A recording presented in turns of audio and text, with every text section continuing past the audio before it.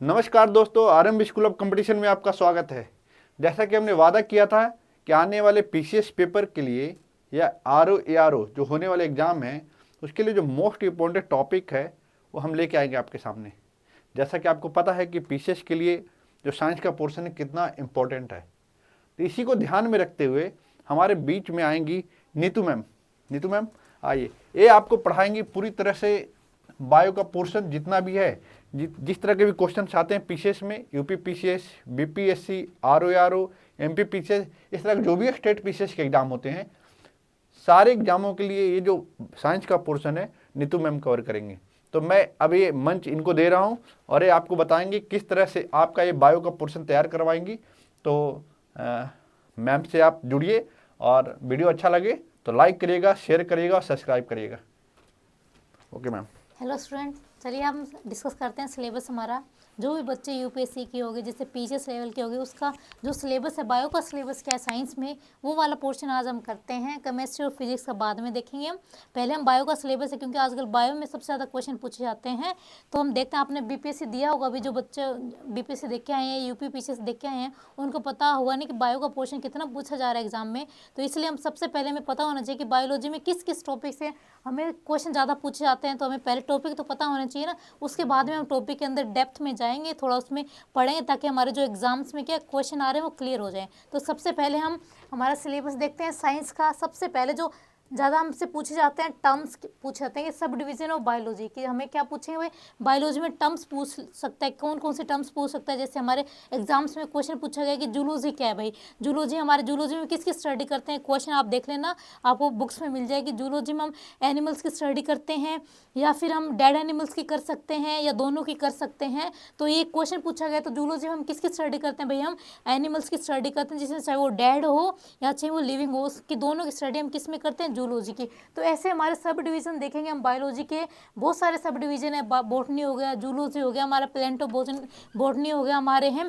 Paleo botany होगा, प्लेंटोलॉजी हो गया, हमारे सेरिकल्चर हो गया। अगर हम कल्चर की भी स्टडी करें, कैरी सेरिकल्चर हो गया, जैसे हमारे एपिकल्चर हो गया हमारा, और हमारे पोमोलॉजी हो गए। बहुत सारे हमारे जो सब डिवीजन है बायोलॉजी के, वो हम सब डिवीजन में देखेंगे। क्यों देखें, क्योंकि भाई इसमें हमारे बहुत सारे टर्म्स सीधी सीधी पूछी जा रही है। जूलॉजी का पूछा गया है क्वेश्चन में, सेरिकल्चर का तो ज़्यादातर चाहे वो पीसीएस लेवल का हो या चाहे स्टेट का हो या फिर हमारा एसएससी लेवल का हो, तो सेरिकल्चर तो ज़्यादातर सेरिकल्चर हो गया हमारा, और कौन सा हो गया हमारा, एपिकल्चर हो गया, मधुमक्खी पालन हो गया हमारे। ये दो क्वेश्चन तो ज़्यादातर एग्जाम्स में पूछे जाते हैं। अब पोमोलॉजी का भी पूछ लेता है कि पोमोलॉजी क्या होता, और हॉर्टिकल्चर भी बहुत ज़्यादा पूछा जाने लग गया है। तो ये सारे जो कल्चर है जिनमें से आगे भी एग्जाम में पूछ सकते हैं, वो हम किस में स्टडी करेंगे। पहला जो हमारा पोर्शन है, कौन सा सब डिवीजन ऑफ बायोलॉजी, इसमें हम पढ़ेंगे कि सारे जितने कल्चर होगी, जितनी स्टडी होगी बायोलॉजी की, जितनी भी ब्रांच होगी, जितनी जितनी इंपॉर्टेंट है, वो सिर्फ हम किस में पढ़ेंगे, इस वाले पोर्शन में हमारा पहला चैप्टर होगा। दूसरा चैप्टर होगा हमारा इवोल्यूशन ऑफ लाइफ, कि कैसे हमारी लाइफ इवॉल्व हुई है, कैसे हमारे इसमें ज़्यादातर क्वेश्चन हमारे किस में पूछा जाता है, बिग बैंग थ्योरी आपने देखी होगी, उसमें से हमारे इसमें क्वेश्चन पूछा जाता है कि बिग बैंग एक्सप्लोजन हुआ, वो कैसे हुआ, किसने दी, कैसे हमारे डार्विन आए, उन्होंने कैसे हमारे थ्योरी ऑफ इवोल्यूशन दी है, कैसे हमारे जो नए ऑर्गेनिज्म बनते हैं, वो सारे हम कैसे उनमें चेंजमेंट आता है, कैसे कैसे टाइम के साथ उनमें क्या होता है, धीरे धीरे चेंजमेंट होता है, वो अपने आप को डेवलप करते हैं, इवॉल्व करते हैं, वो सब कुछ इसमें कर पढ़ेंगे हमारे इवोल्यूशन में। इसमें ज़्यादातर तो क्वेश्चन हमारे बिग बैंग थ्योरी का पूछा जाता है। आप देख सकते हैं डार्विन के बारे में बहुत बार पूछा जाता है कि डार्विन की बुक का नाम बता दो भाई, द ओरिजिन ऑफ स्पीसीज, इसकी थ्योरी किसने दी थी, इवोल्यूशन की जो थ्योरी हमारे डार्विन ने दी थी। ये 5-6 क्वेश्चन तो फिक्स ही है, और इसमें एक्स्ट्रा जो क्वेश्चन बनते हैं, हमारे ह्यूमन के नाम पूछ लिया कि ह्यूमन का नाम बताएं भाई, साइंटिफिक है आपका क्या साइंटिफिक नेम है, वो भी किसने पूछा भाई, हमारे एग्जाम्स में पूछ लिखा है, जो होमोसेपियन आप बोल सकते हो ह्यूमंस को, तो ये क्वेश्चन भी पूछा गया। तो ये ऐसे सारे जो क्वेश्चन हमारे इवोल्यूशन में आए हुए हैं, वो हम इसमें पहले हम क्या करेंगे, थ्योरी करेंगे, फिर हम क्या करेंगे, जो मोस्ट इंपॉर्टेंट क्वेश्चन आए हुए वो करेंगे, और जो आ सकते हैं वो भी हम इसमें क्या करेंगे, स्टडी करेंगे। ठीक है, अब टैक्सोनॉमी में पूछ सकते हैं, अभी लेटेस्ट पूछा गया है हमारा, आप जो इसने यूपीपीसीएस दिया हुआ उसमें पूछा गया कि हमारे जो टैक्सोनॉमी में स्मॉलेस्ट यूनिट क्या होती है, स्पीसीज होती है, कि जो स्टडी हम करते हैं टैक्सोनॉमी में सबसे नीचे की जो यूनिट है वो क्या होती है, स्पीसीज। तो वो करेंगे हम इसमें, किसमें करें भाई, टैक्सोनॉमी में हम स्पीसीज हो गए, स्पीसीज के बाद क्या था हमारा जीनस हो गया हमारे हैं। इसमें नेम्स भी पूछ सकते हैं हम, जैसे आम का नाम बताएं भाई, मैंगो का साइंटिफिक नेम बताएं, इसमें पूछ सकते हैं, जैसे मैंजीफेरा इंडिका क्या है, हमारे मैंगो का नाम है, मैंजीफेरा इंडिका, ये हमारा क्या भाई मैंगो का नाम है। तो इसमें पूछ लेगा आपसे कि इसमें स्पीसीज कौन सी है, जीनस कौन सी है। तो ये से इसमें बहुत सारे हमें कैट का नाम पूछ लेगा, जैसे हमारे हैं बोवियंस का, फैमिलीज का पूछ लेगा। तो थोड़ा थोड़ा पोर्शन जो ज़्यादातर एग्जाम्स में पूछे जाते हैं, फैमिली हो गए तो कुछ हैं, कुछ हमारे नाम हो गए, साइंटिफिक नेम हो गए, जैसे हमारे बनियन ट्री का देख लेंगे हम, तुलसी का देख लेंगे, जो ज़्यादातर पूछे जा सकते हैं वो उनके नेम देख लेंगे, उनकी स्पीसीज देख लेंगे, फैमिली देख लेंगे, जीनस देख लेंगे, हम उनकी क्लास देख लेंगे, किंगडम देख लेंगे और फाइलम, ये हम किस में देखेंगे, टैक्सोनॉमी में। और इसकी किसने स्टडी करी थी वो तो हम देखना ही कि हमारे कैरोलस लीनियस साइंटिस्ट थे, जिन्होंने क्या था टैक्सोनॉमी के बारे में हमें बताया था कि कैसे हम वर्गीकरण कर सकते हैं। इतने ऑर्गेनिज्म है हमारे अर्थ पे, उनका क्या करेंगे हम, वर्गीकरण करेंगे, उनको क्या करेंगे हम, उनका एक्सप्लेनेशन किस बेस पे दिया है भाई, मतलब अलग ऑर्गेनिज्म को कैसे उन्होंने डिफाइन किया, इस सारा पोर्शन हम किस में करेंगे, टैक्सोनॉमी में। ठीक है, तो इसमें ज़्यादातर क्वेश्चन हमारा भी लेटेस्ट पूछा है, स्पीसीज को सबसे स्मॉलेस्ट हमारे टैक्सोनॉमी में यूनिट क्या है, तो आप क्या बताएंगे, स्पीसीज, जो किस में आते हैं, हमारे टैक्सोनॉमी में आते हैं। फिर आते हैं सेल, ये वाला पोर्शन तो हाँ भाई, चाहे कोई से भी एग्जाम में देख लो, इसमें से एक क्वेश्चन तो पूछा जाता है। और इसमें भी सबसे ज़्यादा कौन सा पूछा जाता है, आप ज़्यादातर पीसीएस एग्जाम में देखोगे ना, तो फेवरेट है भाई माइटोकॉन्ड्रिया है। माइटोकॉन्ड्रिया बहुत फेवरेट है, मुझे लगता है आईएएस में भी ये हमारा यूपीएससी में बहुत बार पूछा गया कि पावर हाउस ऑफ सेल कहाँ किसे बोलते हैं, एटीपी क्या है, ये ज़्यादातर सेल में तो ये वाला पोर्शन पूछा जाता है। फिर भी हम इस सेल की डिस्कवरी किसने की थी है, और हमारे लिविंग सेल कौन सी है, नॉन लिविंग सेल कौन सी है, लॉन्गेस्ट सेल कौन सी है, स्मॉलेस्ट कौन सी है, इसमें से भी ज़्यादातर क्वेश्चन पूछे जाते हैं। वो हम किस वाले पोर्शन को कवर करेंगे, वो सेल वाले पोर्शन जब कवर होगा उसमें ये सब हमारे हो जाएंगे। ठीक है, अभी हमने ये माइटोकॉन्ड्रिया तो आपको पता ही है ना, एक क्वेश्चन तो भूलना ही नहीं है आपको कि माइटोकॉन्ड्रिया है पावर ऑफ सेल। ये आप देख सकते हो ज़्यादातर कम से कम ये 10 बार ये क्वेश्चन पूछा गया कि पावर ऑफ सेल क्या है, माइटोकॉन्ड्रिया क्या है, डबल मेम्ब्रेन है या नहीं, इसमें क्या क्या डीएनए प्रेजेंट है या नहीं, ये क्वेश्चन ज़्यादातर माइटोकॉन्ड्रिया से रिलेटेड पूछा गया। पर हम पूरा पोर्शन कवर करेंगे जहाँ से क्या पॉसिबिलिटी है क्वेश्चन आने की, तो वो हम सेल वाले पोर्शन में करेंगे। हेयर डीटी में भाई सबसे इंपॉर्टेंट सबसे ज़्यादा क्वेश्चन पूछा जाता है हेयर डीटी में मेंडल्स के बारे में। क्या पूछते हैं, मेंडल जी कौन थे भाई हमारे हैं, उन्होंने क्या दिया था वो पूछते हैं। ज़्यादातर क्वेश्चन तो हमारे हेयर डीटी में किसके बारे में पूछते हैं, मेंडल जी के बारे में ही पूछते हैं। क्यों, क्योंकि उन्होंने 3 लॉ दिए थे, इन्होंने मैथ का यूज़ किया था भाई हमारे बायोलॉजी में, यार इनको क्या बोलते हैं, फादर ऑफ हमारे जेनेटिक्स बोलते हैं। तो मेनली हेयर डीटी में हम 3 लॉ पढ़ेंगे, मेंडल के बारे में पढ़ेंगे, उनके 3 लॉ पढ़ेंगे, फिर उनके क्या बोलेंगे, उन्होंने जो 7 पेयर दिए थे हमारे वो पढ़ेंगे हैं। फिर इसमें हमारे जेनेटिकल डिजीज़ भी आती है, जीन्स के बारे में पढ़ेंगे हम, जीन क्या होता है, डीएनए क्या होता है, क्रोमोसोम क्या होता है। ये क्वेश्चन भी तो पूछा जाता है कि स्मॉलेस्ट यूनिट क्या है हमारे भाई हेयर डीटी की, जीन होती है, ये क्वेश्चन में पूछा गया। तो वो हम किस में पढ़ें, हेयर डीटी वाले पोर्शन में करें। अब सबसे इंपॉर्टेंट भाई बायो फर्टिलाइजर, क्यों इस वाला पोर्शन क्यों इंपॉर्टेंट है ये, क्योंकि आजकल क्या कर रहे भाई ऑर्गेनिक फार्मिंग को क्या कर रहे हैं, बढ़ावा दे रहे हैं। क्यों भाई, केमिकल फर्टिलाइजर की वजह से हमारे अंदर बहुत ज़्यादा डिजीज होने लग गए, तो लोग किसको बढ़ावा दे रहे हैं, ऑर्गेनिक फार्मिंग को बढ़ावा दे रहे हैं। तो ऑर्गेनिक फार्मिंग को बढ़ावा देने के लिए हमें क्या चाहिए भाई, हमारे पास बायो फर्टिलाइजर होनी चाहिए। ऐसे फर्टिलाइजर जो ना क्या करे भाई, हमारे केमिकल्स हार्मफुल केमिकल रिलीज ना करे। अब इसमें लाइफ ही है भाई, जो खुद की लाइफ है वो दूसरी लाइफ थोड़ी ना बर्बाद करेगा है। तो हम इसमें बायो फर्टिलाइजर हमें माइक्रोब्स का यूज़ करके हम क्या करते हैं, फर्टिलाइजर बनाएंगे, उसका क्या करें फार्मिंग में यूज़ करें, क्रॉप का क्या करें प्रोडक्शन करेंगे, सोइल में डालेंगे, ताकि हमारी जो क्रॉप है वो क्या है भाई विदाउट हार्मलेस केमिकल जो हमें प्रोडक्शन मिले, वो मिले किससे, बायो फर्टिलाइजर का यूज़ करके। इसमें पूछ सकता है कि पूछा गया एग्जाम में कि एक बायो फर्टिलाइजर का नाम बताएं, तो कौन सा भाई, एजिटोबैक्टर हो गया आपका, राइजोबियम पूछा गया, राइजोबियम क्या भाई हमारे बायो फर्टिलाइजर है। एक क्वेश्चन पूछा गया एजिटोबैक्टर बताइए भाई क्या है हमारा, एजिटोबैक्टर हो गया हमारे हैं, एनाबीना हो गया, नोस्ट्रोक हो गए, ये सारे क्या हमारे बायो फर्टिलाइजर का इनके रूप में यूज़ करके हम किस में यूज़ कर सकते हैं, ऑर्गेनिक फार्मिंग में इनका यूज़ कर सकते हैं। अब सबसे मोस्ट इंपॉर्टेंट पार्ट है भाई आपका ह्यूमन हो आप, और आपको अपने बारे में तो पता होना ही चाहिए ना कि आप जैसे हाथ कैसे काम कर रहे हैं, आपकी स्केलेटन कैसा है, आप हैं किस किस पोर्शन से आपका स्केलेटन बना हुआ है। क्वेश्चन में पूछा जाता है कि इतनी मसल्स आपके बॉडी में है। ये सारा हम किस में पढ़ें भाई, ह्यूमन एनाटोमी में स्टडी करें। एनाटोमी में क्या होती है भाई, ह्यूमंस की स्ट्रक्चर की स्टडी करना क्या कहलाती है, एनाटोमी। और जो स्ट्रक्चर बनी है ह्यूमंस की वो क्या काम करेगी, वो किस में आती है, फिजियोलॉजी में आती है। तो हमारे ह्यूमन एनाटोमी में हम क्या पढ़ेंगे, ह्यूमंस की स्ट्रक्चर पढ़ेंगे कि ह्यूमन की जो बॉडी है किस किस से बनी हुई है, वो एनाटोमी कहलाएगी, और फिजियोलॉजी कहलाएगी, उसके क्या क्या काम है हमारे, वो किस में आते हैं, फिजियोलॉजी में आते हैं। अब सबसे पहले इसमें हम पढ़ेंगे स्केलेटन और मसल सिस्टम, हमारे स्केलेटन मसल्स पढ़ेंगे हम। वॉलेंट्री क्या होती है हमारी, वॉलेंट्री मसल्स होते हैं स्केलेटन। कैसे, मतलब जिसको हम क्या कर सकते हैं, कंट्रोल कर सकते हैं। जैसे अब मैं लिखना चाहूँ तो लिखूँ, नहीं तो नहीं लिखूँ ना, मेरी मर्जी है। तो कि मैं आपको पढ़ाना चाहूँ तो पढ़ाऊँ, नहीं तो ना पढ़ाऊँ। सिर्फ बोल के ही पढ़ा सकती हूँ, लिख के ना पढ़ाऊँ, चाहिए मेरी मर्जी है। वो किस में, हमारे इनवॉलेंट्री या वॉलेंट्री मसल्स पढ़ेंगे हम किस वाले पोर्शन में, हमारे स्केलेटन मसल्स में।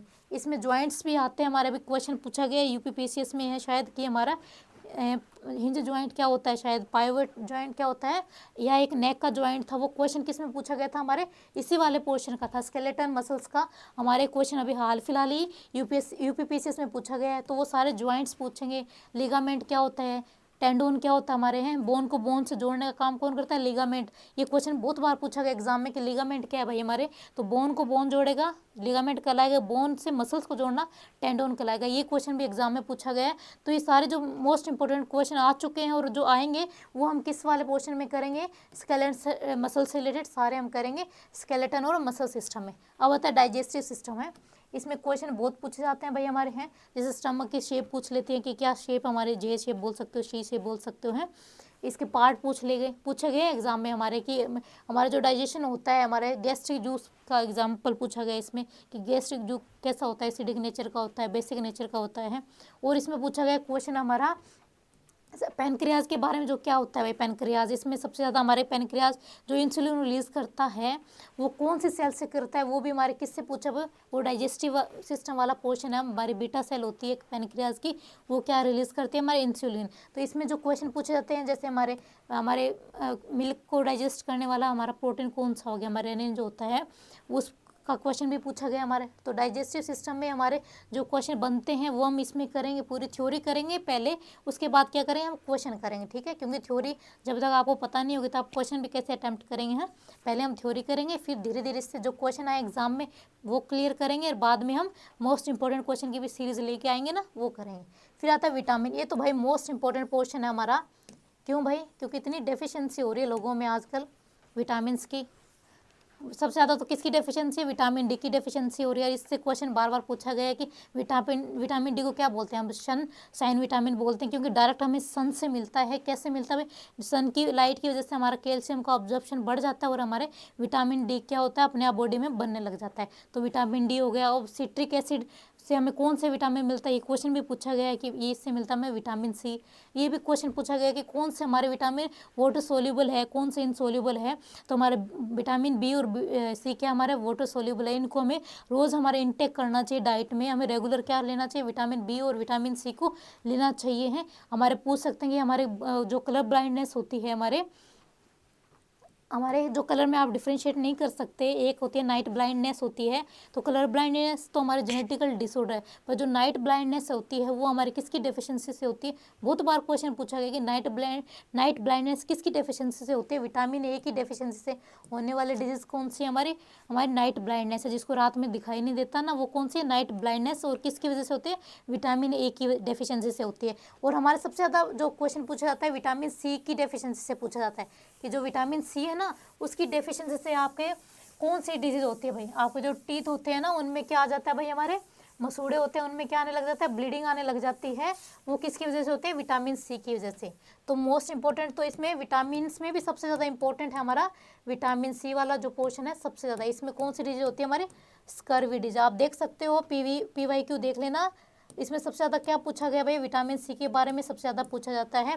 इसका नाम भी पूछ लेते हैं कि इसका नाम क्या, ये भी क्वेश्चन पूछा गया। एस्कॉर्बिक एसिड क्या है भाई, हमारे विटामिन सी का नाम है। और बहुत बार ये क्वेश्चन पूछा गया हमारा। और किससे मिलता है, सबसे ज़्यादा किससे मिलता है, ये क्वेश्चन भी पूछा गया है। किस में मिलता है सबसे ज़्यादा, आंवले में सबसे ज़्यादा हमारे क्या मिलता है, विटामिन सी मिलता है। ठीक है, तो विटामिन हमारे ज़्यादातर कितने विटामिन है, हमारे विटामिन ए हो गया, के ये हमारे बी हो गया, सी हो गया, हमारे हैं डी, के और ई। इतने तो विटामिन है, ये हमें ये पढ़ने विटामिन में। और हम क्या पढ़े, न्यूट्रिशन हमें और किससे मिल सकता है भाई, हमारे कार्बोहाइड्रेट हो गया, हमारे प्रोटीन हो गया, हमारे लिपिड हो गए, इनसे भी तो हमें न्यूट्रिशन मिलता है। आप रोज़ डाइट में लेते हो हैं, आप खाना खाते हो ना, तो कार्बोहाइड्रेट से भी तो आपको क्या मिलता है, एनर्जी मिलती है। सबसे ज़्यादा एनर्जी किससे मिलती है, ये क्वेश्चन भी तो पूछा गया है। हमें सबसे ज़्यादा एनर्जी पूछा गया था कि एनर्जी हमें कार्बोहाइड्रेट से मिलती है, फैट से मिलती है, प्रोटीन से मिलती है। तो सबसे ज़्यादा एनर्जी हमें मिलती है फैट से।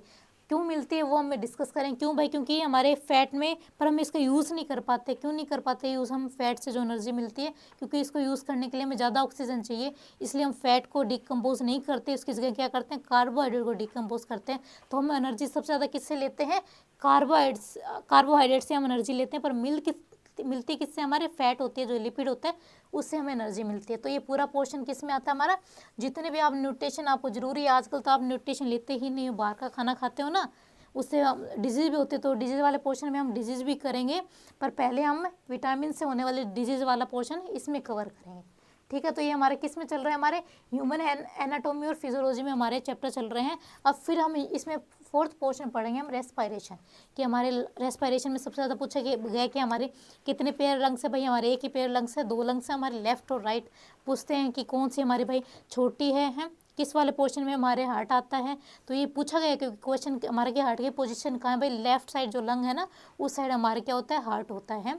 तो ये क्वेश्चन हमारे इसमें पूछा गया है। और ये पूछा गया कि हमारे जो रेस्पायरेशन है, ऑक्सीजन हमारे डिफ्यूजन होता है, CO2 बाहर आती है, ऑक्सीजन अंदर जाती है, तो वो लंग्स का कौन सा वाला पोर्शन है वह जहाँ होता है ये डिफ्यूजन? ये होता है एल्विलाई। कहाँ होता है? एल्विलाई। ये बहुत बार क्वेश्चन पूछा गया कि एल्विलाई क्या है भाई? हमारे जहाँ पे हमारे क्या, CO2 तो हमारी बॉडी के अंदर जाएगी, जिसको थ्रू नहीं, O2 हमारे अंदर जाएगी और CO2 क्या करेगी? बाहर जाएगी। तो ये क्वेश्चन हमारे बहुत सारे क्वेश्चन ऐसे पूछे गए हैं। थोड़ा थोड़ा मैं इस यहाँ बता देती हूँ, नहीं तो वीडियो क्या हो जाएगी, बड़ी बन जाएगी। अगर सारे क्वेश्चन बताने लग गए तो एक ही वीडियो बना लेते, फिर सिलेबस वाली बनाने की क्या जरूरत थी हमें ना। तो इसलिए हम थोड़े थोड़े क्वेश्चन आइडिया दे रही हूँ कि हाँ, कि इसमें विटामिन से कैसे क्वेश्चन पूछे जा रहे हैं, डाइजेस्टिव सिस्टम से कैसे पूछे जा रहे हैं, स्केलेटन मसल से अभी हाल फिलहाल में जो पूछा गया, तो वो मैंने ज्वाइंट वाला पोर्शन आता है ना, वो मैंने बताया था, वो पूछे जा रहे हैं। तो अब ऐसे रेस्पिरेटरी सिस्टम में लंग्स का पूछ लेगा आपसे, एल्वुलाई का पूछ लेगा आपसे, ट्रैकिया होती है हमारे, उसका पूछ लेगा, नोज़ का पूछ लेगा। तो ये सारे क्वेश्चन हम कवर अप करेंगे धीरे धीरे, के पहले इनको पढ़ेंगे तभी तो पता चलेगा ना कि रेस्पिरेटरी सिस्टम में क्या आता है, कहाँ से स्टार्ट होता है, हमारे नोज़ से लेके कैसे हमारे लंग्स तक, डायफ्राम तक हमारा क्या होता है, रेस्पिरेटरी सिस्टम होता है। और ये भी पूछा गया कि रेस्पिरेशन हमारे और कहाँ होता है? सेल के अंदर। ये तो लंग्स भी तो हमारे सांस लेने में हेल्प करती है, सेल के अंदर कौन करता है? तो वो होता है माइटोकॉन्ड्रिया। इसलिए बार बार सेल वाला पोर्शन किस में पूछा जाता है? माइटोकॉन्ड्रिया वाला जो क्वेश्चन बार बार इसीलिए पूछा जाता है क्योंकि इसके अंदर भी क्या होता है? हमारे रेस्पायरेशन होता है। जो आप खाना खाते हो उसका डाइजेशन हमारा कहाँ होता है भाई? हमारे उसको ब्रेक डाउन होता है, कहाँ होता है? हमारे माइटोकॉन्ड्रिया में होता है। उसका ब्रेक डाउन होने के बाद ही आपको क्या मिलती है? एनर्जी मिलती है। उसके बाद आप यूज़ कर सकते हो, किस में कर सकते हो? जैसे आप पढ़ने में कर ही रहे होंगे ना, मैं पढ़ा रही हूँ और आप पढ़ रहे हो, तो आप अपनी एनर्जी यूज़ करो। वो एनर्जी आपको कहाँ से मिली? माइटोकॉन्ड्रिया से। तो वो हम सेल वाले पोर्शन में करेंगे और रेस्पिरेशन वाले पोर्शन में करेंगे। फिर आता है सर्कुलेटरी सिस्टम। क्या होता है? इस वाले पोर्शन से भी वही सबसे ज़्यादा क्वेश्चन पूछे जाते हैं। मैं साथ साथ में बताते जाती हूँ कि इनमें भी सबसे इंपॉर्टेंट वाला पोर्शन कौन सा है हमारा। अभी तक में सबसे ज़्यादा इंपॉर्टेंट तो हमारा क्या था भाई? हमारा सबसे ज़्यादा हमारे सेल में पूछे जाते हैं, हेरिडिटी में भी पूछे जाते हैं, और इनमें सबसे अभी विटामिन सबसे ज़्यादा इंपॉर्टेंट है। और अब आता है हमारा सेकंड सबसे इंपॉर्टेंट आता है सर्कुलेटरी सिस्टम। ब्लड आता है, जिसमें हमारा हार्ट आता है। सबसे इंपॉर्टेंट है ना हार्ट, तो आज के हाँ हर किसी का देखो टूटा हुआ ही मिलता है ना। तो ये जो हार्ट वाला किस में आता है? हमारे सर्कुलेटरी सिस्टम में आता है। ब्लड भी किस में आता है भाई? हमारे सर्कुलेटरी सिस्टम में आता है। आप पूछते हैं ना, क्वेश्चन पूछा गया कि हमारा डोनर कौन है भाई? वो पॉजिटिव, वो नेगेटिव क्या होता है? हमारे डोनर होते हैं। एक्सेप्टर कौन होता है? ये भी हमारा जो ग्रुप होता है वो क्या होता है? ब्लड लेने वाला होता है। तो ये 2 क्वेश्चन तो नॉर्मल है, कोई सा भी एग्जाम देख लो कि हमारा एक्सेप्टर कौन है, हमारा डोनर कौन है, ये तो पूछ लेता है। हार्ट हमारे कितने चैम्बर का बना होता है, ये भी पूछ लेते हैं। छोटे नॉर्मल क्वेश्चन तो हमें पता है, वो आते ही हैं। जो हाई लेवल के क्वेश्चन हम करेंगे धीरे धीरे, ठीक है। हमारे इसमें हमारे इन्वॉल्व इसमें क्या होती है? हमारे कौन सी इसमें मसल्स होती है? ये क्वेश्चन भी पूछ गया है कि हमारे जो हार्ट में होती है कौन सी मसल्स होती है? कार्डियक मसल्स होती है। हमारे 3 ही मसल्स होती है, वो हम किस वाले पोर्शन में कवर करेंगे? स्केलेटन वाले में करेंगे। तो पर जो इसमें हार्ट में होती है, इसमें हमारी कौन सी होती है? कार्डियक मसल्स होती है, वो इसमें पढ़ेंगे हम। इनसे क्वेश्चन आए हुए हैं, ये कार्डियक मसल्स कहाँ मिलती है आपके हैं। हार्ट रेट कितनी होती है, ये भी क्वेश्चन पूछा गया हमारा है। कितनी होती है? 72 होती है ना हमारी हार्ट रेट, ये क्वेश्चन भी पूछा गया है।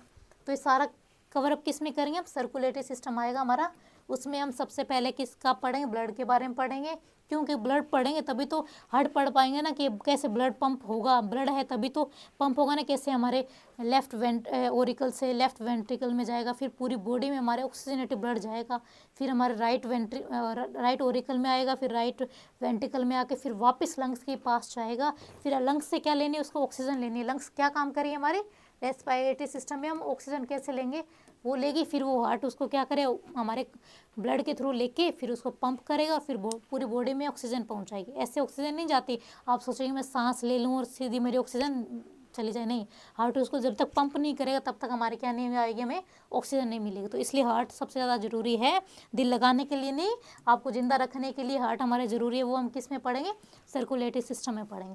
अब आता है हमारा एक्सक्रीटरी सिस्टम है। अब किस में आएगा हमारा, एक तो होता है हमारा डाइजेस्टिव सिस्टम, जिसमें तो आप क्या करते हैं, खाने का जो डाइजेशन होता है उसका, खाने का डाइजेशन, खाने से लेके अब उसका एक्सक्रीशन हमारा किस वाले पोर्शन में आता है, डाइजेस्टिव सिस्टम में, कि जो आप खाना खाया है उसको खाने से लेके निकालने का वाला पूरा पोर्शन हम डाइजेस्टिव सिस्टम में पढ़ेंगे। और जो आप यूरिनेशन वाला पूरा पोर्शन किस में आएगा, हमारे एक्सक्रीटरी सिस्टम है। जो आप पानी पीते हैं, लिक्विड पीते हैं, उसका निकालने का कैसे उसका प्रोसीजर बनता है, उसमें कौन कौन से ऑर्गन, जैसे हमारी किडनी हो गई, ये क्या उसमें रोल निभाती है। इसमें क्वेश्चन पूछा गया है कि हमारे भाई किडनी कितनी पेयर है, ये क्वेश्चन में पूछा गया, एक पेयर किडनी है। कहाँ है हमारे भाई, डोर्सल साइड, पीछे की साइड होती है ना, ये हमारे क्या है, पोजीशन पूछ रही है हमारी किडनी की, कौन सी साइड होती है, डोर्सल साइड, यानी पीछे की साइड क्या होती है, किडनी होती है हमारी। शेप पूछ गई कि एक क्वेश्चन में पूछा गया कि किडनी की शेप कैसी है, बीन शेप हमारी क्या होती है, किडनी की शेप होती है हमारी। ये सारे क्वेश्चन पूछे गए हैं। ये तो बहुत कम क्वेश्चन है जो मैं आपको थोड़ा थोड़ा बता रही हूँ। डिटेल में तो हम धीरे धीरे पूरा इसमें कवर करेंगे, क्योंकि एक में पूरा कर देंगे तो फिर आप समझ सकते हो ना, आप भी इतना झेल नहीं पाएंगे शायद। फिर आता भाई नर्वस सिस्टम है, ये तो बहुत ज़रूरी है, इसके बिना तो आप क्या नहीं कर पाएंगे भाई, पढ़ाई नहीं कर पाएंगे। अगर आपका, आप बोलते हो ना बार बार मेरा तो दिमाग ख़राब हो गया है, कैसे ख़राब हो गया भाई, आपने जब तक दिमाग को अच्छे से पढ़ा ही नहीं, बिना पढ़े कैसे ख़राब हो सकता है। तो ये वाला पोर्शन किस में आएगा, ब्रेन किस में आएगा हमारे, ये इतने इंपॉर्टेंट नहीं है, इसमें थोड़े कम क्वेश्चन पूछे जाते हैं। सबसे ज़्यादा हमारे विथ सर्कुलेटरी सिस्टम, ये मैंने जो डबल टिक ट्रिपल टिक किया ना, इसमें से ज़्यादा क्वेश्चन पूछे जाते हैं। अब आता है नर्वस सिस्टम में, हम ब्रेन के बारे में पढ़ेंगे। ब्रेन का पूछा गया है कि ब्रेन के कितने पार्ट है, सिंपल सा क्वेश्चन है, ये तो सबको पता ही होगा ना। ब्रेन 3 पार्ट होते हैं, फोर ब्रेन, मिड ब्रेन और हिंड ब्रेन है, 3 ही तो पार्ट होते हैं। तो इनमें सबसे ज़्यादा क्वेश्चन पूछा जाता है हाइपोथैलेमस में से, हाइपोथैलेमस में से। इसका आप क्वेश्चन कहीं देख लो कि इसमें से बहुत ज़्यादा बार क्वेश्चन पूछा जाता है, क्योंकि ये आपको क्या करता है भाई, आपको भूख लगती है तो आपका हाइपोथैलेमस बोलेगा भाई आप जाके खाना खा लें। आपके यहाँ पर जितने हार्मोन रिलीज होते हैं, अगर उन पर कंट्रोल करवाना है तो कौन करेगा भाई, आपका हाइपोथैलेमस करवाएगा, ठीक है। तो इसलिए इसमें ब्रेन में भी सबसे ज़्यादा इंपॉर्टेंट क्या पढ़ेंगे हम, हाइपोथैलेमस, इसी से ज़्यादा क्वेश्चन पूछे जाते हैं हमारे यहाँ। फिर आता है हम सबसे इंपॉर्टेंट पार्ट आता है भाई एंडोक्राइन सिस्टम। इसमें ह्यूमन एनाटोमी और फिजियोलॉजी में ये 3 पोर्शन सबसे ज़्यादा क्वेश्चन आप देख लेना, इन तीनों में सबसे ज़्यादा क्वेश्चन पूछे गए हैं। अब आता है एंडोक्राइन सिस्टम, इनको क्या बोलते हैं, डक्टलेस ग्लैंड होती है। क्या होती है ये, हमारे इनमें डक्ट नहीं होती। कैसे डक्ट क्या होते हैं भाई, हमारे ऐसे नलिकाएं होती हैं, वो इनमें किस में नहीं होती भाई, एंडोक्राइन सिस्टम में नहीं होती। डायरेक्ट किस में करते हैं, ब्लड में हमारा क्या होता है, हार्मोन रिलीज हो जाते हैं, जो भी उसका काम होता है। जैसे हमारे जिसको ग्रोथ के लिए हार्मोन रिलीज होगा तो उसकी क्या होती है, हमारी लेंथ में इंक्रीजमेंट होगा, चाहे वो लंबी में हो या चाहे ब्रेड्थ में हो, कैसे भी हो। तो वो अगर ग्रोथ हार्मोन रिलीज हो रहा है तो सीधा किस में, ब्लड में रिलीज होगा, ना कि हमारे ग्लैंड के थ्रू जाएगा। तो ये हमारी क्या होती है, डक्टलेस होती है। कौन सी, एंडोक्राइन सिस्टम में, ये पढ़ेंगे हम। और इसमें एंडोक्राइन सिस्टम में सबसे ज़्यादा हार्मोन्स का ही पूछा जाता है कि कौन कौन से एंडोक्राइन ग्लैंड है हमारे, और कौन कौन से हार्मोन रिलीज करते हैं। ज़्यादातर आपको पेनक्रियाज का इंसुलिन पूछा है हमारा, कि इंसुलिन हार्मोन कहाँ से रिलीज होता है, पेनक्रियाज से होता है। एंडोक्राइन ग्लैंड कौन सी है हमारी, पेनक्रियाज होती है। वैसे तो ये मिक्स ग्लैंड है, ये भी पूछा गया पेनक्रियाज कौन सी ग्लैंड है, मिक्स ग्लैंड है। और हमारे हार्मोन, इसमें से पूछा गया इंसुलिन, सबसे ज़्यादा क्वेश्चन इंसुलिन के बारे में पूछा जाता है कि इंसुलिन की डेफिशिएंसी से कौन सी डिजीज होती है भाई, आपकी डायबिटीज़ होती है। इंसुलिन कौन से सेल से रिलीज होता है, हमारे पेनक्रियाज के बीटा सेल से रिलीज होता है। ऐसे हमारे टेस्टोस्टेरोन कौन रिलीज करता है भाई, मेल रिलीज करते हैं। एस्ट्रोजन कौन रिलीज करता है भाई, हमारी फीमेल रिलीज करती है। ये तो रिपीटेड क्वेश्चन एग्जाम में पूछे ही जाते हैं। ग्रोथ हार्मोन कौन रिलीज करता है, हमारे पिट्यूटरी ग्लैंड हो गई है। थायरोक्सिन हार्मोन कौन रिलीज करता है, ये भी क्वेश्चन पूछा गया है कि थायरोक्सिन हार्मोन कौन रिलीज करता है, हमारे थायरोक्सिन ग्लैंड हो गई है। कहाँ प्रेजेंट होती है, ये भी पूछा गया, आपके गले में होती है, ठीक है। ये इसमें सबसे ज़्यादा क्वेश्चन इंपॉर्टेंट पता है कौन सा पूछा जाता है, गोइटर वाला। गोइटर डिजीज हमारे किसकी डेफिशिएंसी से होती है, हमारे थायरोक्सिन हार्मोन की डेफिशिएंसी से होती है, क्योंकि यह किसका नहीं कर पाता, आयोडीन का स्टिमुलेशन नहीं हो पाता, तो हमारे क्या हो जाते हैं, गोइटर डिजीज हो जाती है, आयोडीन, ठीक है। केमिस्ट्री में हम आयोडीन पढ़ेंगे, ठीक है। क्या होता है हमारे भाई, नॉन मेटल होता है हमारा ठीक है, इसको हम पढ़ेंगे किस ब्लॉक में आता है, पी ब्लॉक में आता है, ये धीरे धीरे पढ़ेंगे। ये हमारा एंडोक्राइन सिस्टम, ठीक है, हार्मोन्स के बारे में पढ़ना है। ज़्यादातर मैंने बता दिया किसने पूछते हैं, हमारे टेस्टोस्टेरोन के बारे में पढ़ते हैं, पूछते हैं, बहुत बार पूछा गया है। और एस्ट्रोजन के बारे में पूछा गया है हमारे, और हमारे थायरोक्सिन के बारे में पूछा गया है हमारे। एक हमारा है कौन सा, हमारा किडनी के ऊपर हमारे ग्लैंड होती है, उसके थ्रू रिलीज होता है एपिनेफ्रिन और नॉन एपिनेफ्रिन हार्मोन रिलीज करती है हमारी एक। तो वो क्वेश्चन भी हमारे से बार बार पूछा जाता है, जिसको फाइट फ्लाइट हार्मोन बोलते हैं। 3F हार्मोन होता है, क्योंकि फिर फ्लाइट हार्मोन होता है। आपको डर की सिचुएशन में अगर आपके सांप सामने आ जाता है तो आपका एड्रेनलिन हार्मोन, एड्रेनल ग्लैंड होती है, किस पे, हमारी किडनी की शेप है ना, ऐसे किडनी की शेप है, इस पे हमारे एड्रेनल ग्लैंड होती है, ये रिलीज करती है। आपको कोई भी चीज़ से डर लगता है ना भाई, ये डर क्यों लगता है भाई, आपके हार्मोन रिलीज होता है, कौन सा, एड्रेनलिन हार्मोन, या इसको एपिनेफ्रिन हार्मोन बोल सकते हो। उसकी वजह से आपको कोई चीज़ से डर लगता है, चाहे आपके आगे सांप आया, चाहे आप पढ़ाई से भी जो डरते हो, वो किसकी वजह से डर है आपका भाई, हार्मोन है आपका कौन सा, एड्रेनलिन हार्मोन, उसकी वजह से डर है, वो उसका हम पढ़ेंगे, ठीक है। अब आता है रिप्रोडक्शन का, इसमें से क्वेश्चन पूछे जाते हैं, पर इनमें सबसे ज़्यादा क्वेश्चन आप याद रखना, विटामिन वाले में, सर्कुलेटरी सिस्टम वाले में और एंडोक्राइन सिस्टम वाले में पोर्शन में सबसे ज़्यादा क्वेश्चन पूछे जाते हैं। अब रिप्रोडक्शन में भाई क्या क्वेश्चन पूछा है कि जाइगोट किससे बनता है भाई, मेल और फीमेल गेमेट के कॉम्बिनेशन से क्या बनता है, हमारे जाइगोट बनता है। यानी फर्टिलाइजेशन के बाद जो प्रोसेस, फर्टिलाइजेशन हो जाती है उसके बाद क्या बनता है, हमारे जाइगोट बनता है। तो जाइगोट कब बनता है, फर्टिलाइजेशन के बाद। फर्टिलाइजेशन किसकी होगी, मेल और फीमेल गेमेट की फर्टिलाइजेशन के बाद क्या बनता है, हमारे जाइगोट बनता है।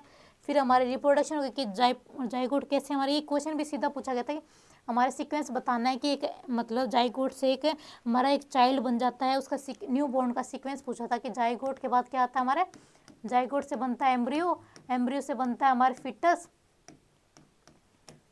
यहाँ थोड़ा नीचे लिखते हैं ताकि आपको दिखाई दे दे, सब रेड रेड हो गया वैसे यहाँ पे, 1 मिनट वेट करें। ये क्वेश्चन पूछा गया भाई, हमारे सबसे इजी सा क्वेश्चन है कि सब जाइगोट से क्या बनता है, हमारे एम्ब्रियो, एम्ब्रियो से फिटस और फिटस से हमारा न्यू बॉर्न। ये सीक्वेंस पूछा गया था हमारे पीसीएस एग्जाम में। और फिटस के बाद हमारे आ गया न्यू बॉर्न।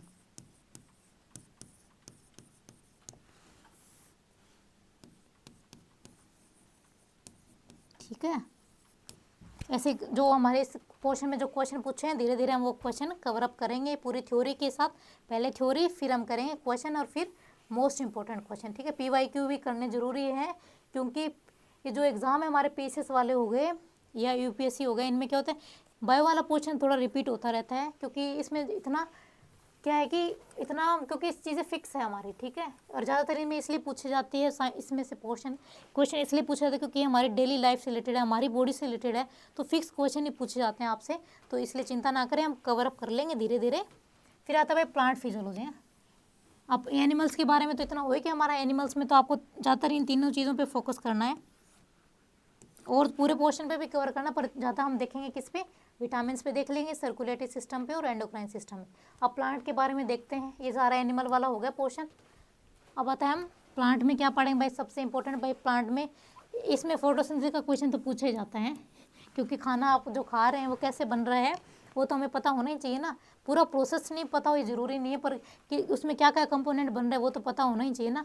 CO2, जैसे CO2 हमारे किसके साथ रिएक्ट करती है, रिएक्शन पूछी गई है भाई, CO2 हमारे H2 के साथ रिएक्ट करती है, किसकी प्रेजेंस में भाई, सनलाइट यानी UV रेज की प्रेजेंस में हमारे, या सनलाइट की प्रेजेंस में क्या करती है हमारी ये रिएक्शन होती है। फिर क्या बनाती है, ग्लूकोज, जो आप खाना खाते हो ना। एक क्वेश्चन भी पूछा गया, ग्लूकोज का फॉर्मूला बताइए भाई, है C6H12O6, ये बहुत बार एग्जाम में पूछा है। और इसमें ऐसे भी पूछा गया था कि इसका रेशियो बताएं, इसमें कार्बन में, हाइड्रोजन में और ऑक्सीजन का रेशियो बताएं कि 1:1, ये इसका रेशियो है, ठीक है। तो ये हमारे एग्जाम में क्या है, फोटोसिंथेसिस से रिलेटेड, ज़्यादातर तो इसी रिएक्शन का आप क्वेश्चन देख लेना, इसी रिएक्शन से रिलेटेड क्वेश्चन पूछे जाते हैं कि ग्लूकोज कैसे बनता है, किसकी प्रेजेंस में ये रिएक्शन होती है, वाटर के कितने मॉलिक्यूल होते हैं, ग्लूकोज का क्या फॉर्मूला है। बस इसी रिएक्शन के आसपास क्या होती है, हमारा प्लांट का जो फोटोसिंथेसिस वाला पोर्शन है कवर अप रहता है, तो ये हम कवर करेंगे धीरे धीरे। फिर आता है प्लांट न्यूट्रिशन, कि जैसे एनिमल्स में भाई हमें विटामिन की ज़रूरत है ना, आपको जैसे आप डेली आपको डाइट में विटामिन होने चाहिए, प्रोटीन होना चाहिए, कार्बोहाइड्रेट होना चाहिए, फैट होनी चाहिए, वैसे हमारे क्या होता है प्लांट में भी भाई मिनरल्स होने चाहिए, एनिमल्स को भी मिनरल्स चाहिए, आयरन चाहिए, जैसे हमारे आयरन ब्लड के फॉर्मेशन के लिए आयरन होना चाहिए, ग्रोथ के लिए भी हमारे कैल्शियम होना चाहिए, हड्डियाँ मजबूत करने के लिए कैल्शियम फॉस्फोरस होने चाहिए। ऐसे हमारे भाई प्लांट्स में भी न्यूट्रिशन की ज़रूरत होती है। इसमें भी 2 टाइप के न्यूट्रिशन पूछे गए हैं कि कितने टाइप के न्यूट्रिशन होते न्यूट्रिएंट होते हैं हमारे प्लांट में, माइक्रो और मैक्रो। ये हमारे 2 टाइप के क्या भाई न्यूट्रिएंट है प्लांट में, माइक्रो न्यूट्रिएंट और मैक्रो न्यूट्रिएंट। ठीक है, तो वो पढ़ेंगे कि माइक्रो न्यूट्रिएंट कितने हैं। ये क्वेश्चन पूछा गया कि माइक्रो न्यूट्रिएंट कितने हैं, मैक्रो न्यूट्रिएंट कितने हैं। हाँ, और इसमें डेफिशिएंसी से हमारे कौन सी डिजीज होती है वो भी हम प्लांट न्यूट्रिशन वाले पोर्शन में कवर अप करेंगे।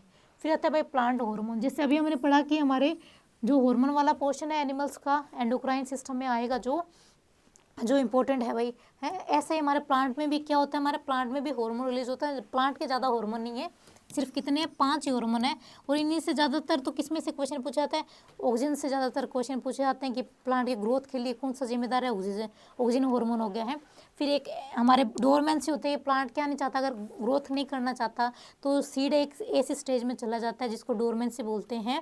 तो वो कौन से हार्मोन जिम्मेदार, उसको एब्सिसिक एसिड हो गया है। प्लांट की हमारी उसका जो स्टेम की लेंथ के लिए कौन सा हमारा जिब्रेलिक हार्मोन हो गया है। तो ये 5 हार्मोन है। एक हमारे सेल, प्लांट में भी तो सेल डिवीजन होता है ना, कि कैसे सीड से पूरा प्लांट बन जाता है। तो हमारे प्लांट में जो सेल डिवीजन के लिए हार्मोन का है वो कौन सा, हमारा साइटोकाइनिन हो गया है। जैसे ऑक्सीजन का पूछ लेगा आपसे, ऑक्सीजन का पूछा गया है, फिर हमारा साइटोकाइनिन हो गया। और सबसे ज़्यादा इसमें से पता है क्वेश्चन किस वाले पोर्शन से पूछा था, इथाइलिन। जो फ्रूट पक जाते हैं ना वो कौन से हार्मोन की वजह से पकते हैं आपके, आप तो नेचुरली पकाने लग गए इथाइलिन गैस की वजह से। वैसे प्लांट का कौन सा हार्मोन है हमारा, इथाइलिन हार्मोन हो गया है। ये इससे बहुत ज़्यादा क्वेश्चन पूछा गया, बार बार इसी से पूछे जाते हैं कि इथाइलिन गैस बोल दे, इथाइलिन हार्मोन है, क्या करते हैं हमारे फ्रूट को पकाने में हेल्प करता है। आपसे पूछ सकते हैं कि बनाना किस हार्मोन की वजह से पकेगा हमारे भाई, उसके लिए इथाइलिन होना चाहिए। तो इसमें भी हार्मोन में भी सबसे ज़्यादा इंपॉर्टेंट हमारा इथाइलिन है, इसमें ज़्यादातर क्वेश्चन पूछे जाते हैं। फिर आता है हमारे प्लांट रिप्रोडक्शन। अब अभी हम पढ़ा कि एनिमल्स में भी तो रिप्रोडक्शन देखिए हमने क्या बनता भाई, एनिमल में फर्टिलाइजेशन होगी तो जाइगोट बनेगा ना, फिर जाइगोट से क्या बनेगा भाई, हमारे पूरी हमारी एक चाइल्ड बन जाता है। ऐसे हमारे प्लांट्स में भी तो होता है ना भाई, प्लांट में क्या बनता है, सीड बनेगा, पहले सीड से क्या बनेगा, फ्रूट बनेगा, फिर फ्रूट से हमें सीड जो मिलते हैं उससे क्या होता है, न्यू प्लांट हमारे क्या होता है, पोलिनेशन की वजह से न्यू प्लांट हमारे क्या होता है, जनरेट होता है। पोलिनेशन के बाद क्या होती है, फर्टिलाइजेशन होती है। किसमें भाई, प्लांट में। ज़्यादा इंपॉर्टेंट क्या होता है भाई, पोलिनेशन का से रिलेटेड क्वेश्चन पूछ लेता है इसमें से कि हमारे पोलिनेशन कैसे हो सकते हैं, हमारे विंड के थ्रू हो सकती है, हवा के थ्रू हो सकती है, पानी के थ्रू हो सकती है, और इंसेक्ट के थ्रू होती है। इसमें एक टर्म ज़्यादा पूछी जाती है, एंटेमोलॉजी है। ये जो टर्म वैसे तो हम सीक्वेंस वाले पोर्शन में करेंगे, सब डिवीजन ऑफ बायोलॉजी वाले पोर्शन में करेंगे, पर इसमें प्लांट रिप्रोडक्शन में भी एंटेमोलॉजी का हम स्टडी करेंगे हैं। क्योंकि इसमें वो जो इंसेक्ट्स होते हैं ना वो क्या करते हैं, हमारे क्या करेंगे बच्चों, वो हमारे इंसेक्ट करेंगे, हमारे पोलिनेशन में हेल्प करते हैं। जैसे आप बीज को देखते हैं ना, हमारे एनसीईआरटी बोलती है कि अगर मधुमक्खी की अगर हमारे यहाँ एक्सटिंक्ट हो गए ना, विलुप्त हो गए हमारी मधुमक्खियाँ, तो उससे रिलेटेड हमारे कम से कम मिलियंस या बिलियंस ऑफ स्पीसीज क्या हो जाएगी, अर्थ से एक्सटिंक्ट हो जाएगी। तो इसलिए हमारे क्योंकि भाई हमारे जो बीज होती है, मधुमक्खी होती है, वो क्या करती है, हमारे पोलिनेशन में हेल्प करती है। तो ये वाला पोर्शन किस में पढ़ेंगे हम, प्लांट रिप्रोडक्शन में पढ़ेंगे, पोलिनेशन और दूसरा फर्टिलाइजेशन। क्योंकि भाई फर्टिलाइजेशन प्लांट में भी होगा, इसमें सीड बनेगा, सीड से फ्रूट बनेगा है, तो फिर उसकी वजह से क्या होगा भाई, हम फ्रूट्स को तो हम खा लेंगे, सीड से क्या करेंगे, दूसरा न्यू प्लांट ग्रोथ करवा लेंगे पोलिनेशन के थ्रू। तो ये 2 इंपॉर्टेंट पार्ट किस में आते हैं, हमारे प्लांट रिप्रोडक्शन में। अब ये हमने पढ़ लिया प्लांट के बारे में कि फोटोसिंथेसिस कैसे होता है, ये वाला पढ़ेंगे इसमें। फिर न्यूट्रिशन आ गया हमारा, फिर हमारा हार्मोन हो गया। अब आता है हमारा प्लांट इकोनॉमिक इम्पोर्टेंट क्या है भाई, हमारा इकोनॉमिकली हमारे प्लांट की क्या इंपॉर्टेंस है वो हम देखेंगे किस वाले पोर्शन में आएगा। जैसे हमारे तुलसी का क्या इंपॉर्टेंस है हमारा है, और हम किसका, बनियान ट्री का क्या इंपॉर्टेंस हमारा, जो अभी हमारे बहुत पुराने सालों से भी हम इसका यूज़ करते आ रहे हैं। सिट्रिक जो फ्रूट होते हैं उनका क्या इंपॉर्टेंस है, वो वाला पूरा पोर्शन किस में कवर करेंगे हम, क्योंकि इससे क्वेश्चन आते हैं ऐसे कि सिट्रिक एसिड से हमें क्या मिलता है, सिट्रिक प्लांट से हमें सिट्रिक एसिड मिलता है, उसमें फिर हमें कौन सा विटामिन मिलता है। तो ये सारी चीज़ें क्या इंटरलिंक है, क्या इंटरकनेक्टेड है। तो क्योंकि इंटरकनेक्टेड है और हमारे डेली लाइफ में क्या यूज़ होने वाली है, तो इसीलिए इन पोर्शन से क्या आते हैं, क्वेश्चन बायोलॉजी के पूछे जाते हैं। जो हम नॉर्मल आपकी पहले तो पूरी इसमें तो आप एनाटॉमी में तो पूरी स्ट्रक्चर ही पढ़ रहे हो ना अपने बारे में, तो इतना अपने बारे में तो पता होना ही चाहिए हमें कि हाँ हमारे हाथ कहाँ है भाई, नाक कहाँ है, सर में हमारे ब्रेन कहाँ है। तो ये चीज़ तो कॉमन सेंस वाली हमें आनी चाहिए ना। तो इसलिए हमें ये बायोलॉजी का पोर्शन इसलिए अब ज़्यादा कर दिया गया कि एटलीस्ट हमें हमारे बारे में तो इतना तो पता हो ना। तो इसलिए हमारे प्लांट इकोनॉमी की क्या इंपॉर्टेंस है वो हम इसमें पढ़ लेंगे। तो ये हमारे प्लांट फिजियोलॉजी होगी। फिजियोलॉजी में अभी मैंने पढ़ा था कि फंक्शन पढ़ते हैं हम, कि प्लांट के क्या क्या हमें, जो हमारे प्लांट की स्ट्रक्चर उससे हमें क्या क्या बेनिफिट हो सकते हैं, वो क्या क्या काम करती है, वो हम प्लांट फिजियोलॉजी वाले पोर्शन में कवर करेंगे। अब आता है भाई डिजीज़ और इम्पोर्टेंट। सब इन सब में सबसे इंपॉर्टेंट वाला पोर्शन आप देखोगे ना, जिसमें सबसे ज़्यादा क्वेश्चन पूछे जाते हैं, चाहे वो विटामिन की डेफिशिएंसी से डिजीज हो, चाहे वो कोई पैथोजन से हो या कोई फॉरेन पार्टिकल से हो डिजीज हमारे, तो इन सब में से सबसे ज़्यादा अगर क्वेश्चन पूछा जाता है ना, इनमें सबसे ज़्यादा इंपॉर्टेंट अगर रह जाता है लास्ट में, तो ये वाला इंपॉर्टेंट टॉपिक है भाई। कहीं भी देख लो आप, कोई भी बुक उठा लेना, सबसे ज़्यादा क्वेश्चन अगर मिलेंगे तो इस वाले पोर्शन में मिलेंगे हैं। और इस वाले पोर्शन में भी सबसे ज़्यादा हमारे इन दो में मिलेंगे, वायरल और बैक्टीरियल डिजीज़ का पूछेंगे। क्योंकि आपको पता है कि वायरल डिजीज़ में सबसे ज़्यादा तबाही किसने मचाई है भाई, हमारे कोविड-19 ने। किसने मचाई थी? कोविड-19 ने मचाई थी ना, 2019 में आया था। तो क्योंकि अब फिर एक आपके आ गया लेटेस्ट, चाइना आपको बार बार आप कुछ करें या ना करें अपनी लाइफ में, पर चाइना आपको हर कुछ टाइम के बाद एक वायरस तो दे देता है। अभी दिया ना HMPV वायरस आपको दे दिया है। तो ये सबसे ज़्यादा इस पोर्शन में भी हमें वायरल डिजीज़ का पढ़ना है, क्योंकि अब सर्दियाँ चल रही है, वैसे भी हमारे सबसे ज़्यादा क्या होता है भाई, जुकाम हो ही रहा है आपको ना, कोल्ड कॉमन बोलते हैं जिसको इंग्लिश में आप। ये भी किससे होती है भाई, हमारे वायरस से होती है। तो ये वायरल वाले डिजीज क्वेश्चन पूछे जाते हैं कि हमारे कोल्ड कॉमन किससे होती है, राइनो वायरस से। एक हमारी एड्स भी वायरल डिजीज़ है, ये क्वेश्चन भी बार बार पूछा गया कि एड्स वाली डिजीज कौन सी डिजीज़ है भाई, ये हमारी वायरस से होने वाले डिजीज़ है हमारे यहाँ। क्या करते भाई, ह्यूमंस में क्या करती है, इम्यूनिटी कम कर देती है, और ये पता भी नहीं चलता कि एड्स किसी को हो रखी है नहीं, क्योंकि ये बहुत लॉन्ग टाइम के बाद क्या होता है, सिम्टम्स शो करने लगता है फिर इंसान की, क्या उसके साथ एक साथ क्या होता है, बहुत सारी डिजीज़ होने लग जाती है और उसकी डेथ हो जाती है। तो ये हमारे एक साथ क्या नहीं करती, हमारे एक साथ अपनी रिएक्शन शो नहीं करती है। जैसे आपको जुकाम हो तो मिनट में थोड़े टाइम के बाद आपको खराश होने लग जाएगी, गले में पता चल जाएगा ना, पर एड्स का ऐसा नहीं, इसको एक लॉन्ग पीरियड के बाद हमें पता चलता है। तो ये हमारा एड्स ये हमारी वायरल डिजीज़ होगी, ये मोस्ट कॉमन है जो पूछते ही है। अरे क्यों पूछनी चाहिए, क्योंकि ये क्या होता है भाई, एड्स भी हमारे सेक्सुअल ट्रांसमिटेड डिजीज़ है, जो हमारे डेली लाइफ की जो रिलेटेड चीज़ें हैं, ये तो पूछे गए ना भाई एग्जाम वाला, इतना तो हमें पता होना ही चाहिए। फिर आता भाई अब बैक्टीरियल डिजीज़। अब बैक्टीरिया में आपके सबसे अब कौन से, ट्यूबरक्लोसिस सबसे ज़्यादा इससे क्वेश्चन क्यों पूछे जाते हैं, टीबी में ही सबसे ज़्यादा क्वेश्चन पूछे जाते हैं, क्योंकि इंडिया को क्या करना भाई, टीबी फ्री तो करवाना है। 2025 में हमें भारत ने लक्ष्य बनाया है ना, तो टीबी से रिलेटेड तो क्वेश्चन बहुत सारे एग्जाम में आप सबसे ज़्यादा बैक्टीरियल डिजीज में देखेंगे ना, तो टीबी वाला ही हमारे पूछा जाता है। इसके पूछ लेते हैं कि हमारा टीबी डे कब बनाया जाता है, जैसे 24 मार्च हो गया। हमारे इसका बैक्टीरिया का नाम बताओ, माइक्रो बैक्टीरिया हो गया है। इसके लिए कौन सा ट्रीटमेंट होता है, डोट ट्रीटमेंट हो गया। ये क्वेश्चन पूछे गए हैं, मैं बता नहीं रही कि ऐसा इसमें आएगा, ये क्वेश्चन ही पूछे गए हैं इसमें बहुत सारे। इसमें वैक्सीन कौन सा लगता है, BCG का वैक्सीन हो गया। तो ये सारे क्या है, टीबी के रिपीटेड क्वेश्चन है। टीबी कौन सी डिजीज है, हमारी बैक्टीरियल डिजीज। और इसके अलावा भी हमारे बहुत सारे बैक्टीरियल डिजीज हम धीरे धीरे कवर करेंगे। ऐसे भाई फंगल डिजीज होगी।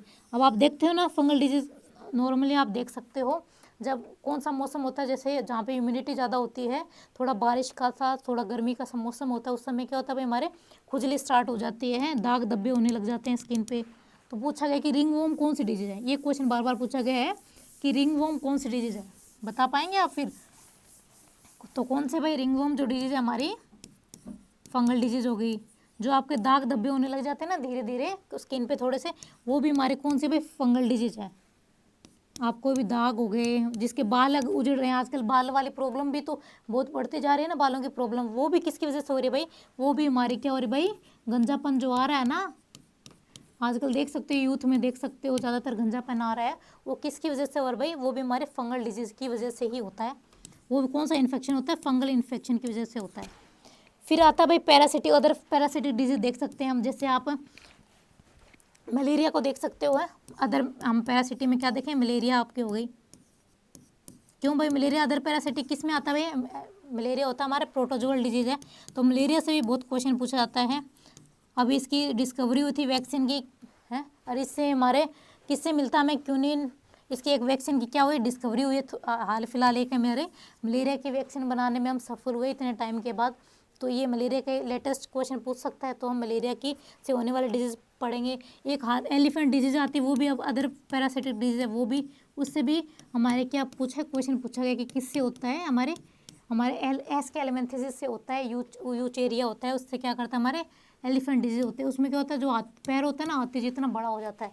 तो ये भी हमारे अदर पैरासिटिक डिजीज में हम पढ़ेंगे, और very सारे डिजीज पढ़ेंगे। अब जेनेटिकल डिसऑर्डर में हम पढ़ेंगे कौन कौन से, वो बताती हूँ मैं, जिसमें से ज़्यादातर क्वेश्चन पूछे गए वो बताती हूँ। जैसे डाउन सिंड्रोम क्या होता है भाई हमारे, ये क्वेश्चन पूछा गया कि डाउन सिंड्रोम किसकी डेफिशिएंसी से होता है हमारे 21 जो क्रोमोसोम में क्या होता है भाई हमारे, एक पेयर एक्स्ट्रा आ जाए 21 क्रोमोसोम में, 21 क्रोमोसोम की ट्राइसोमी हो जाए, यानी एक पेयर एक्स्ट्रा क्रोमोसोम आ जाए तो डाउन सिंड्रोम हो जाता है। ऐसे क्लिम्फेंट्रोन सिंड्रोम हो गया कि जैसे लेस्बियन जो बनते हैं, गे जो बनते हैं, उनमें क्रोमोसोम का थोड़ा सा भी एक क्रोमोसोम के डिफरेंस से हमारे जो क्या हो जाते हैं, जेनेटिकल डिसऑर्डर हो जाता है। तो ये हम इस वाले पोर्शन में पढ़ेंगे। आपकी जो कलर ब्लाइंडनेस है, जिसका टेस्ट होता है, कोई भी आप एग्ज़ाम देते हो उसके टाइम क्या होता है, आपका कलर ब्लाइंडनेस का टेस्ट करवाया जाता है ना, वो भी हमारे कौन सी है भाई, हमारी जेनेटिकल डिजीज़ है। ये हमारे जीन्स में थोड़ा बहुत चेंजमेंट होने से होती है, जिसमें आप रेड, ब्लू और ग्रीन में क्या नहीं कर सकते भाई, डिफ्रेंशिएट नहीं कर पाते। ये टेस्ट तो कोई सा भी आप एग्ज़ाम दे उसमें होता ही है। तो ये हमारी कौन सी डिजीज़ है, जेनेटिकल डिजीज़ हो गई। फिर हम देखते हैं हमारी डेफिशिएंसी। अब आयरन की डेफिशिएंसी देखेंगे आप भाई, जिससे क्वेश्चन पूछा गया, बार बार क्वेश्चन पूछा गया कि आयरन की डेफिशिएंसी से आपको कौन सी डिजीज होती है भाई, एनीमिया। ये तो आपको नॉर्मल पता ही है ना, एनीमिया किससे होता है भाई, आयरन की डेफिशिएंसी से होते हैं। फिर आता है नॉन कॉन्टेजियस डिजीज हमारे हैं, कुछ तो होती है कॉन्टेजियस डिजीज, यानी जो क्या होती है एक आदमी से दूसरे में फैलती है, जैसे हमारी एड्स होगी। कुछ होते हैं नॉन कॉन्टेजियस डिजीज, जैसे आपकी अभी हाल फिलहाल सबसे ज़्यादा जो चल रही है कैंसर है। कौन सी है भाई, कैंसर। कैंसर क्या नहीं होती, फैलती नहीं। क्यों भाई, क्योंकि ये तो आपके ही बॉडी में जो सेल होती है वो क्या करने लग जाते हैं, ज़्यादा से जल्दी जल्दी क्या करने लग जाती है, डिवाइड करने लग जाती है। तो जो नॉन कॉन्टेजियस डिजीज जो सबसे ज़्यादा चल रही है वो हमारी है कैंसर। इसकी स्टडी के बारे में क्वेश्चन पूछा गया है कि कैंसर की स्टडी क्या कहलाती है, वो हम किस वाले पोर्शन में करेंगे, ऑन्कोलॉजी कहलाती है, वो हम सब डिवीजन में करेंगे। फिर आता है हमारे मेन प्लांट डिजीज। अब भाई एनिमल में तो हमें पता ही है, ज़्यादातर डिजीज का हमें पता है, जैसे हमें होती रहती है, पर प्लांट्स में तो आप लोग देखते ही नहीं होगे ना, आपको नहीं पता कि कभी प्लांट फ्रूट नहीं दिख पाता है, कभी उसमें क्या होता है, उसकी पत्तियों में क्या होने लग, छेद होने लग जाते हैं, पर आप तो सोचते हो कि ऐसा ही होगा। वो भी क्या, उसमें मिनरल्स की डेफिशिएंसी हो सकती है, या उसमें वायरल कोई अटैक हो सकता है, बैक्टीरियल या फंजाई भी किस में हो सकता है भाई, प्लांट में अटैक हो सकता है। इसमें सबसे ज़्यादा हमारे टोबैको मोजिक वायरस, ये होता है TMV, ये वाली डिजीज ज़्यादातर पूछी जाती है। किस में होती है, जो टोबैको यानी तम्बाकू का जो पौधा होता है ना, उसमें हमारे जो डिजीज होती है, टोबैको मोजिक वायरस कोज करता है टोबैको में, तो उसकी क्या होने लग जाती है, उसका प्रोडक्शन कम होने लग जाता है। तो ये भी हमारी क्या वायरल डिजीज। ऐसे हमारे प्लांट्स में बैक्टीरियल और फंगल डिजीज हम कुछ कुछ करेंगे, पूरी नहीं करेंगे, क्योंकि पूरा तो हमारे जब आप पूरा नीट का सिलेबस कवर करोगे ना, उसमें पूरा करते हैं। आपको तो बहुत कम पोर्शन करवाना है। आप नीट वाले बच्चों को आप देखोगे ना, तो उनका सिलेबस देख के तो आप बोलोगे कि हमें तो बहुत कम पढ़ना है, तो आपकी तो बायोलॉजी बहुत ही कम है। अब लास्ट में अभी हाल फिलहाल सबसे ज़्यादा जरूरी है भाई जेनेटिक इंजीनियरिंग। क्यों जरूरी है भाई, बायोटेक्नोलॉजी और जेनेटिक इंजीनियरिंग, जो आप इतनी इतनी बीमारियां पैदा हो रही है, जैसे अभी जो वायरस आया है ये लेटेस्ट, उसके लिए भी तो हमें क्या करना पड़ेगा भाई, हमें वैक्सीन बनानी पड़ेगी ना। तो वो कौन सी ब्रांच में हम करेंगे भाई बायोलॉजी की, वो बायोटेक्नोलॉजी में आएगी। जैसे अभी आपने कोविशील्ड कोवैक्सीन कितनी जल्दी जल्दी बना ली थी, वो किस का यूज़ करके बनाई थी भाई, जेनेटिक इंजीनियरिंग और बायोटेक्नोलॉजी का यूज़ करके आपने क्या बनाई थी, कोविशील्ड और कोवैक्सीन बनाई थी ना। तो ये वाला पोर्शन भी हम किस में करेंगे, हमारे बायोलॉजी में। ये पूरा क्या था हमारा भाई, बायोलॉजी का सिलेबस था। मुझे लगता है बहुत कम पोर्शन है हमारा बायोलॉजी का, हम जल्दी कवर कर लेंगे। ठीक है, तो आपको आई होप आपको पूरा सिलेबस एक बार समझ में आ गया है, और धीरे धीरे हम क्या करेंगे, इस पर जल्दी से हम क्या करेंगे, इसको कवर करेंगे, ताकि जो भी बच्चा PCS की ROAR की तैयारी कर रहा है, उसका बायो का तो क्वेश्चन मेरी तरफ से तो ना छूटे। मैं पूरी कोशिश करूँगी। कैसे लगी आपकी क्लास, आप बताइएगा। Thank you so much. मुझे उम्मीद है कि मैम का क्लास जो ये सिलेबस को समझाया गया है आपको बहुत अच्छे से पसंद आया होगा। और मैं भी देख रहा था कि मैम ने बहुत ही डिस्क्राइब वे में सिलेबस को समझाया है आपको। और मैं ये कहना चाहता हूँ कि जो ये इंग्लिश जो ये जो सारे जो आपको मिलेंगे कंटेंट वो हिंदी में मिलेंगे, हम बाइलिंगुअल देंगे आपको, तो आपको घबराने की ज़रूरत नहीं है। ये इंग्लिश में आज का है, लेकिन कल से जो टॉपिक वाइज जो हम लोग स्टार्ट करेंगे उसमें बाइलिंगुअल होगा, तो आप लोगों को टेंशन लेने की ज़रूरत नहीं है। अगर लगा कि मैडम आपको अच्छे से समझा पाई हैं तो अपने दोस्तों के साथ ज़रूर शेयर करिएगा ताकि वो भी इस क्लास से जुड़ सके। थैंक यू दोस्तों, थैंक यू सो मच।